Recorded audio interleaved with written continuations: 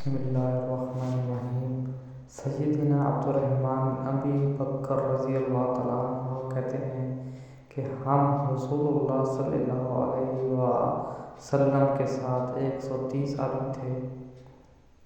آپ صلی اللہ علیہ وسلم نے فرمایا کہ کیا کسی کے پاس کھانا ہے؟ ایک شخص کے پاس 1 صاع اناج نکلا، یا تھوڑا کم یا زیادہ، پھر وہ سب گوندا گیا۔ پھر ایک مشرک آیا جس کے بال بکھرے ہوئے تھے، لمبا، بکریاں لے کر ہانکتا ہوا رسول اللہ صلی اللہ علیہ وسلم کے پاس پہنچا تو آپ صلی اللہ علیہ وسلم نے فرمایا کہ تو بکری بیچتا ہے یا ہدیہ دیتا ہے؟ اس نے کہا کہ نہیں، بیچتا ہوں۔ آپ صلی اللہ علیہ وسلم نے اس سے ایک بکری خریدی تو اس کا گوشت تیار کیا گیا، اور آپ صلی اللہ علیہ وسلم نے اس کی کلیجی بھوننے کا حکم دیا۔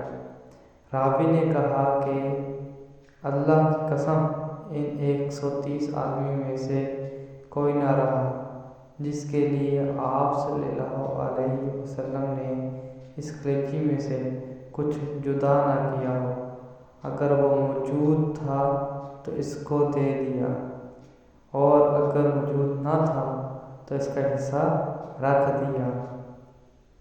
اور آپ صلی اللہ علیہ وسلم نے 2 پیالوں میں گوشت نکالا، پھر ہم سب نے ان میں سے کھایا اور سیر ہو گئی، بلکہ پیالوں میں کچھ بچ رہا، اس کو میں نے اونٹ پر لاد لیا، یا ایسا ہی کہا۔